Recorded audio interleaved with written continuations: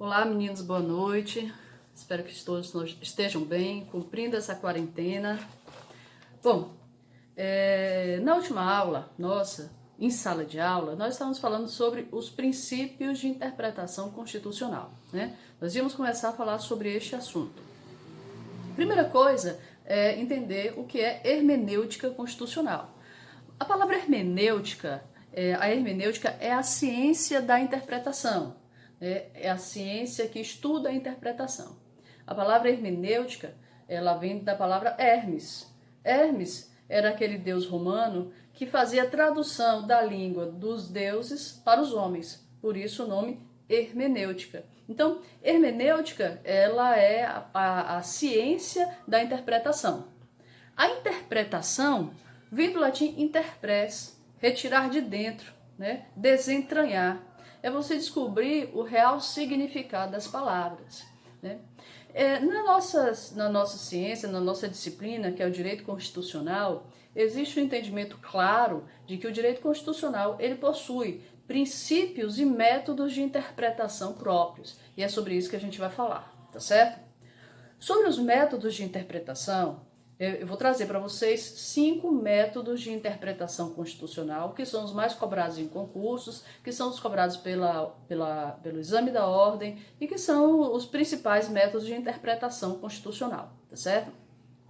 Nesses métodos de interpretação constitucional, vale lembrar que eles foram trazidos para o nosso ordenamento jurídico pelo Canotilho, que por sua vez copiou, na verdade, interpretou dos doutrinadores alemães, né? Porque os doutrinadores alemães, eles tinham um maior conteúdo jurídico de interpretação constitucional, tá certo?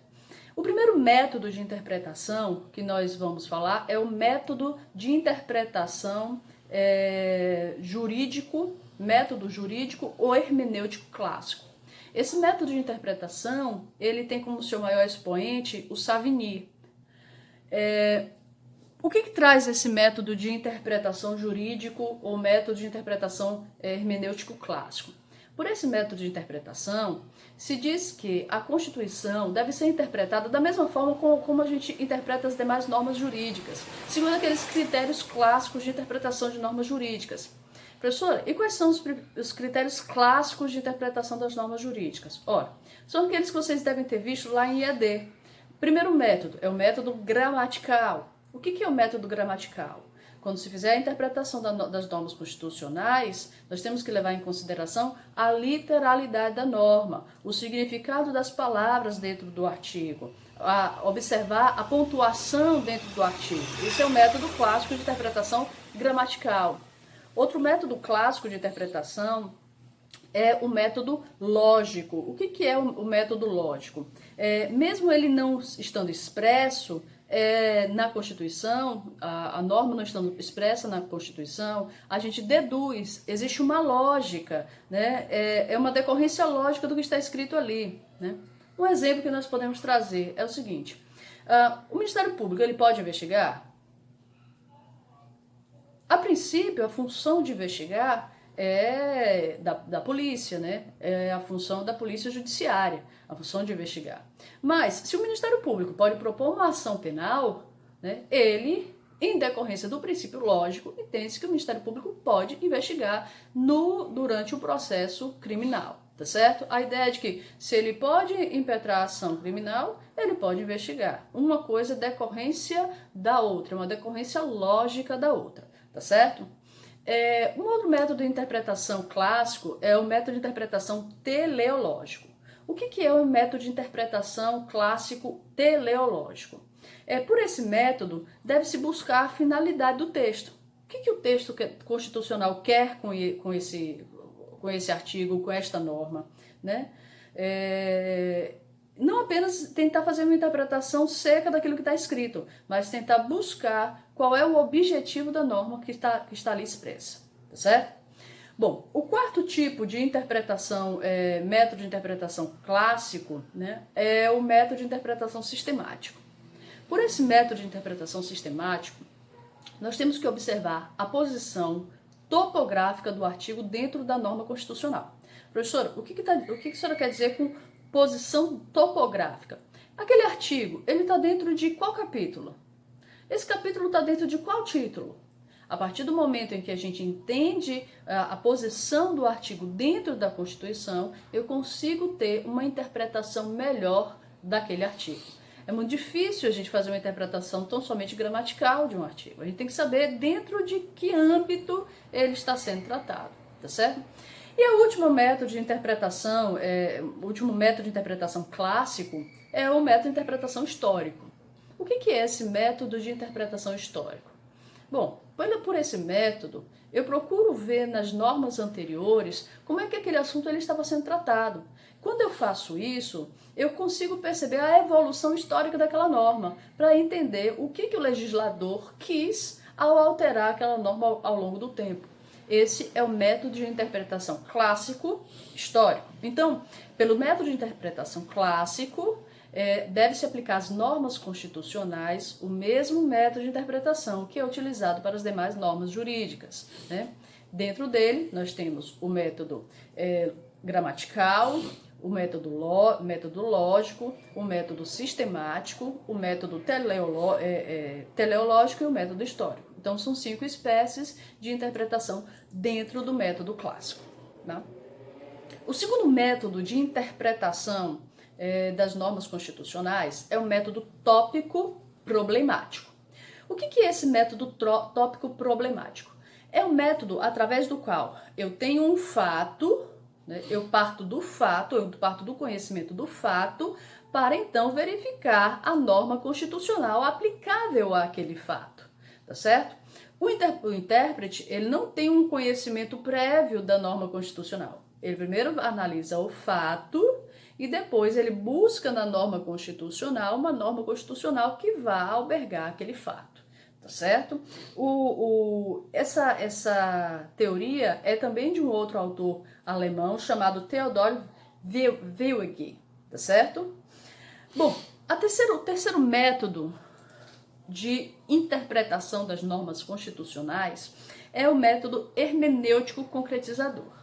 Nesse método hermenêutico concretizador, ele é muito parecido com o método tópico problemático, mas ele vai além, né? Ele é um melhoramento, por assim se dizer, do método tópico problemático.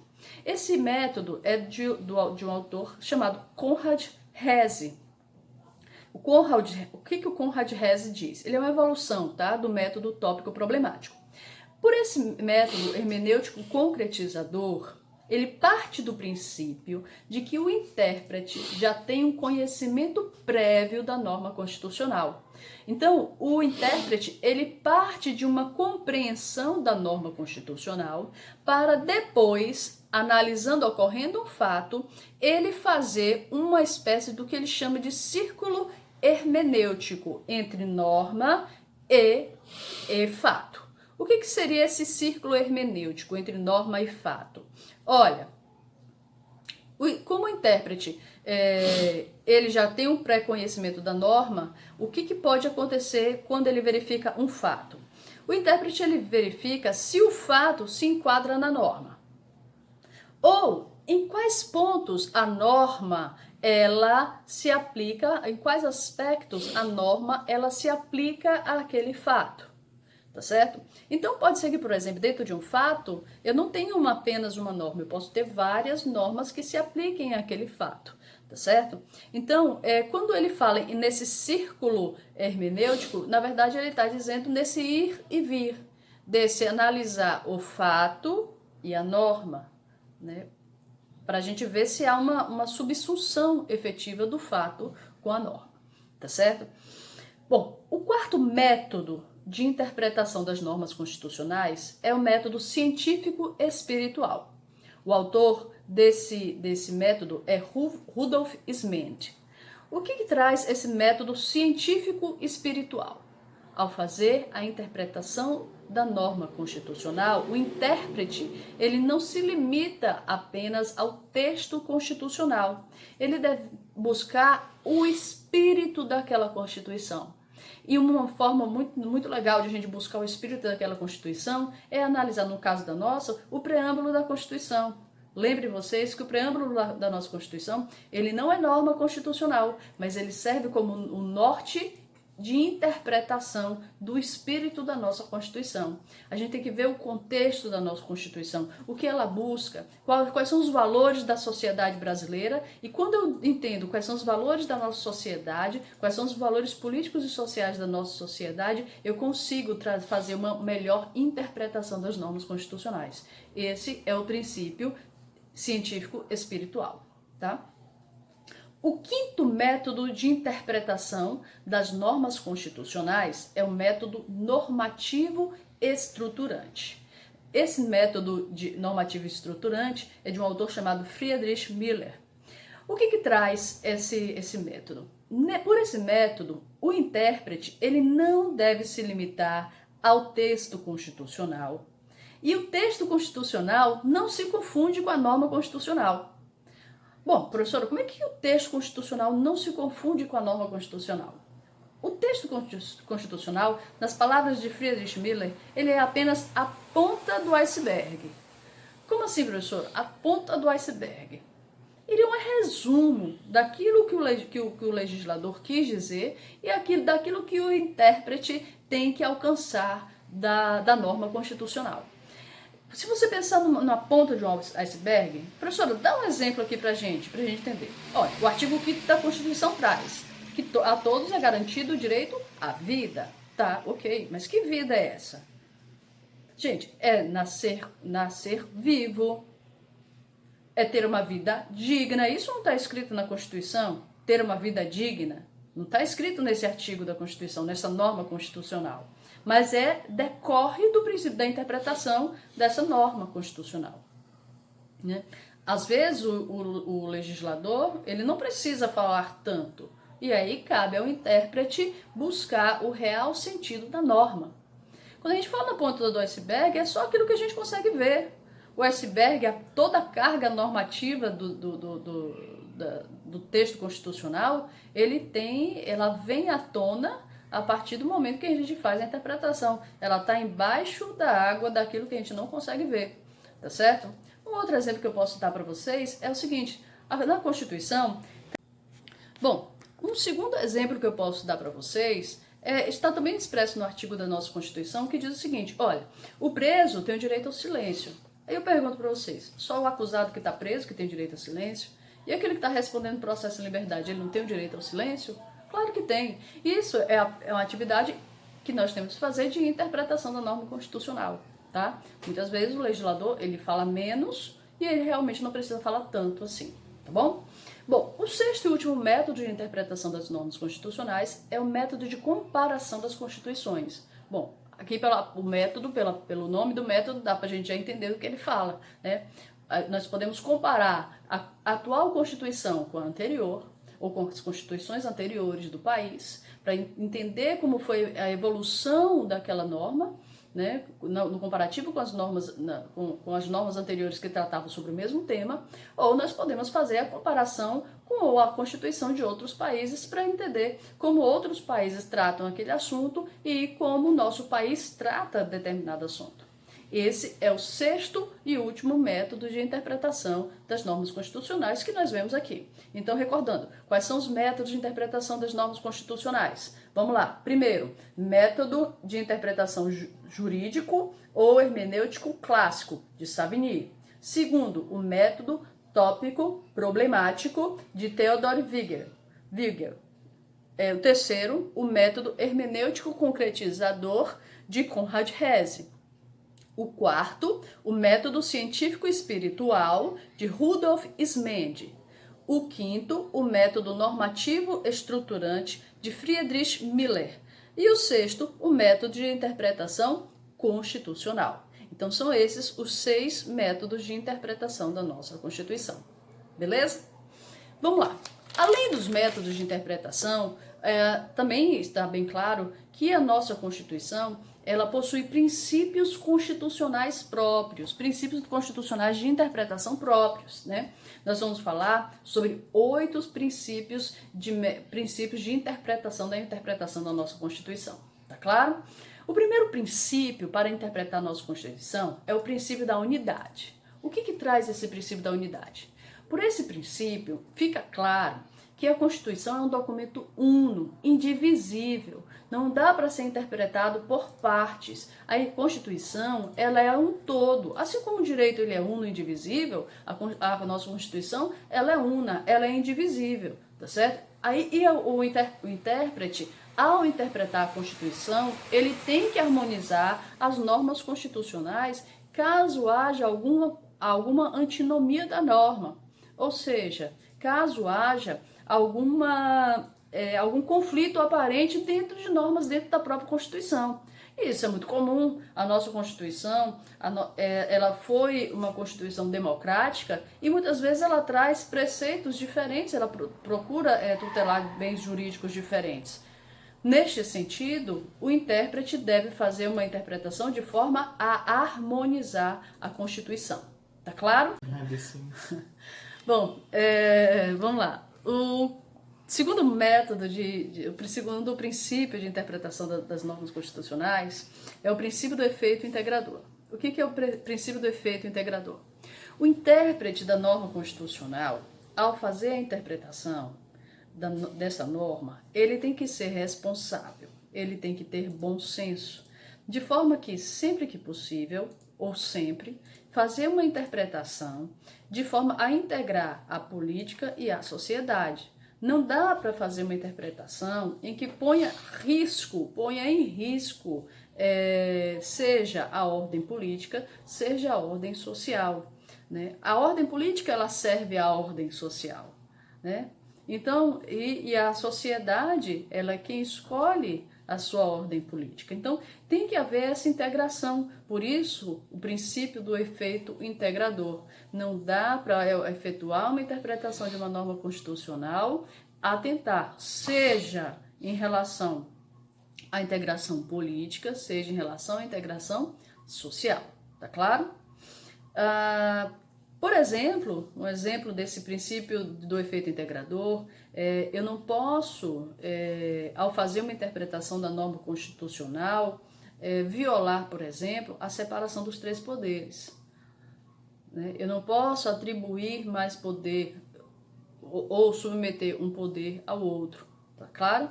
Então, esse é o princípio do efeito integrador. Os três poderes são independentes e harmônicos entre si e devem trabalhar de forma integrada.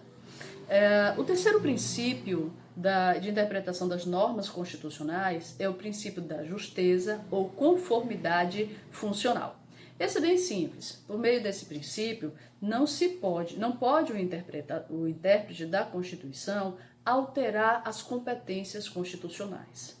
Meninos, nosso país, ele é uma federação, né? E no nosso país, nós contemplamos a teoria da tripartição dos poderes. E por que eu estou falando isso? Olha, o intérprete da Constituição, ele não pode ferir as competências dentro da organização político-administrativa. Então, o que é de competência da União não pode ser interpretado trazendo essa competência para o Estado.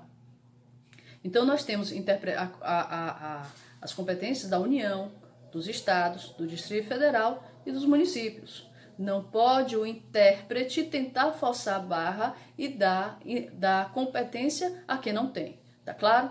Da mesma forma, nós adotamos o princípio da separação dos três poderes, de forma que o intérprete da Constituição, ele não pode, ao fazer essa interpretação, fazer com que um poder interfira na esfera do outro ou dizer que é competência de um poder aquilo que a Constituição expressamente traz, que é da competência de outro poder.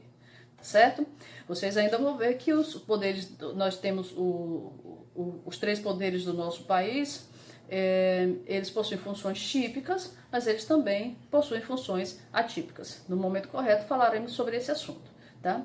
Bom, o quarto princípio de interpretação das nossas normas constitucionais é o princípio da eficiência ou máxima efetividade. O que traz esse princípio da eficiência ou máxima efetividade? Eu tenho que, ao efetuar a interpretação da norma constitucional, extrair dela o máximo possível de comando normativo, tá certo? Pensa assim, a Constituição é laranja, você vai fazer um suco dela. Você tem que tirar todo o caldo dessa Constituição. tá certo? Então, eu tenho que trazer eu tenho que fazer uma interpretação para dar a ela a maior efetividade possível, trazer para a Constituição, dar à Constituição maior eficiência possível. Um exemplo claro disso aqui é que na nossa Constituição nós temos uma série de normas programáticas. Professora, o que é norma programática? Norma programática, como o nome já diz, são normas que trazem programação para o futuro. Então, por esse princípio, eu tenho o legislador e o intérprete, ele está concretizando dentro do possível, observando também o efeito integrador, as normas de previsão para o futuro, tá certo? Está concretizando dentro do possível as normas que estavam sendo previstas para o futuro, tá claro?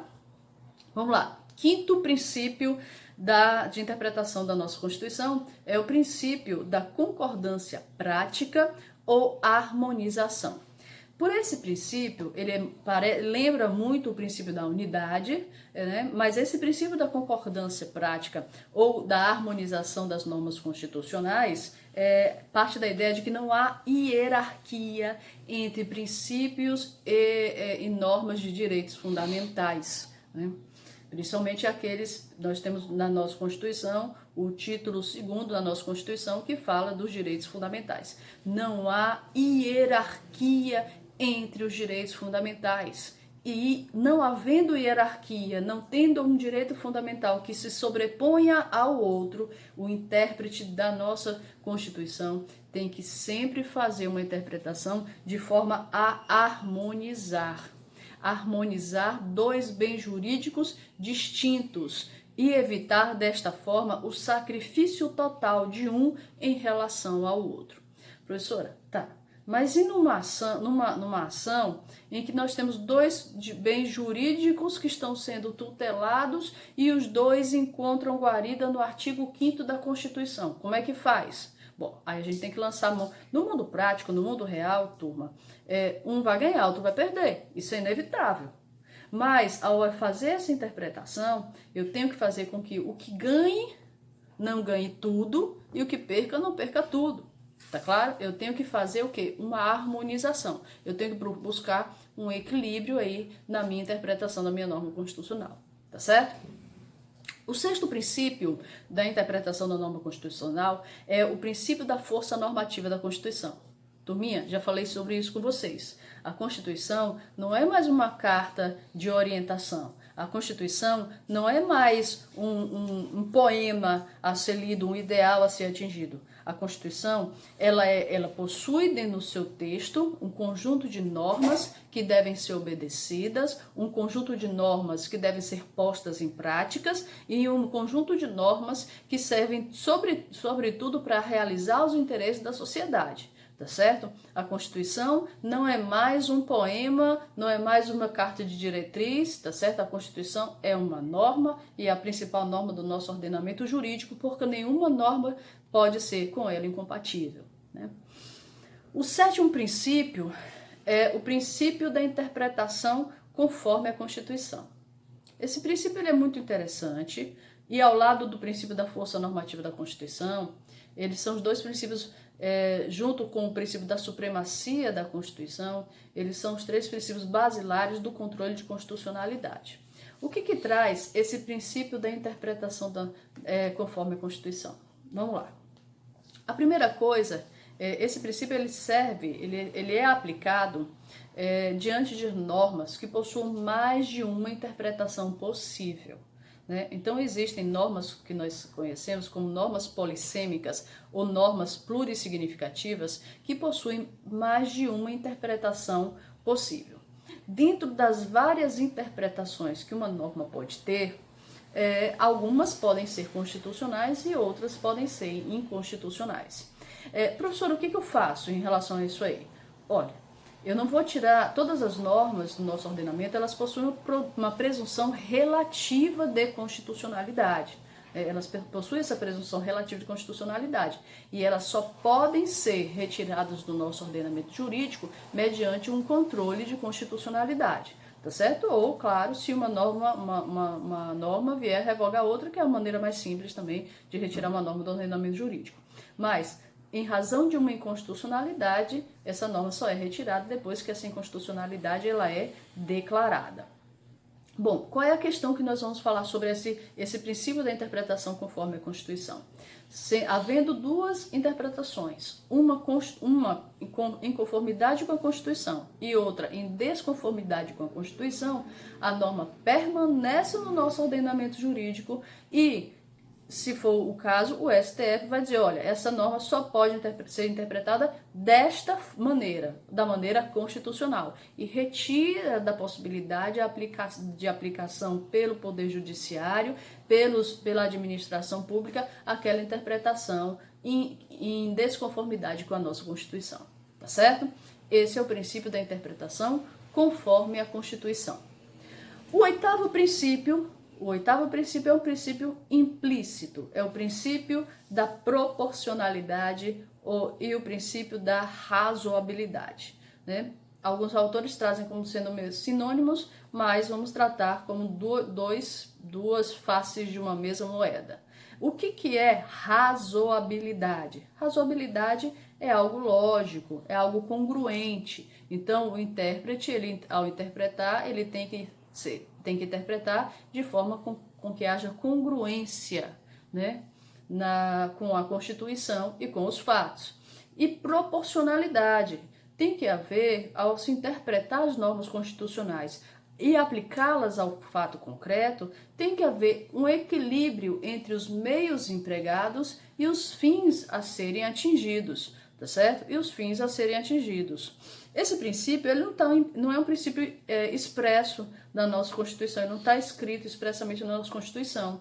Ele é um princípio implícito na Constituição Federal. Ele está expresso na lei infraconstitucional, que é a lei que trata do processo administrativo no âmbito federal. É a Lei 9.789 de 99, tá? Esse princípio, por exemplo, tem uma maneira que o pessoal usa muito para lembrar desse princípio eu não vou usar um canhão para matar uma mosca, tá certo? A ideia é mais ou menos isso, não é proporcional, né? Não é lógico, não tem congruência você utilizar um canhão para matar uma mosca, tá bom? E na prática, isso tem sido muito utilizado ante a possibilidade do Poder Judiciário controlar a legalidade dos atos administrativos discricionários realizados pela administração pública, em regra ligada ao Poder Executivo. Então, sempre que o Poder Judiciário tiver que fazer o controle de legalidade, onde ele analisa a discricionariedade do servidor público, né, do ato do servidor público, ele tem que analisar se o ato praticado por aquele servidor público foi um ato proporcional, se foi um ato razoável para os fins atingidos. Tá claro? E por fim, esse era o último princípio que nós tínhamos que ver. E por fim, gente, cabe mencionar uma teoria que surgiu no direito americano, tá certo? Antes de passar para a teoria, vamos lembrar os 8 princípios de interpretação constitucional. Primeiro princípio, princípio da unidade. Segundo princípio, princípio do efeito integrador. Terceiro princípio, princípio da justeza ou conformidade funcional. Quarto princípio, princípio da eficiência ou máxima efetividade. Quinto princípio, princípio da concordância prática ou harmonização. Sexto princípio, princípio da força normativa da Constituição. Sétimo princípio, princípio da interpretação conforme a Constituição. E oitavo princípio, princípio da proporcionalidade ou razoabilidade. Tá certo? Então, nós vimos 6 métodos e 8 princípios, tá certo? Tá claro?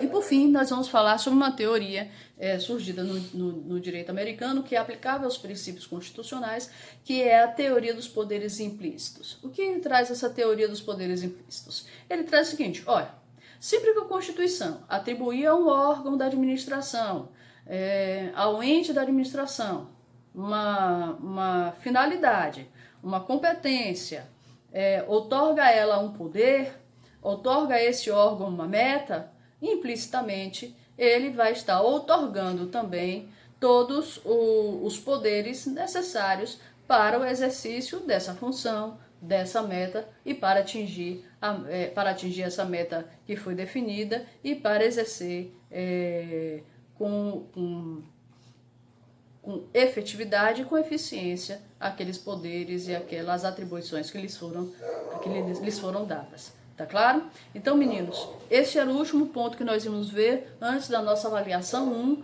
que eram os métodos e princípios de interpretação constitucional. Espero que vocês tenham entendido e quem não conseguir entender alguma coisa, manda a sua dúvida lá pelo Google Classroom, que sempre que possível eu vou responder a todo mundo, tá certo? Na próxima semana, responda aquela lista de exercícios, postem para mim até quinta-feira da semana que vem, e aí eu vou fazer um outro vídeo para vocês explicando as questões, e depois vocês podem tirar dúvidas sobre alguma questão que vocês tenham ficado com dúvida, tá certo? Grande beijo para vocês e até!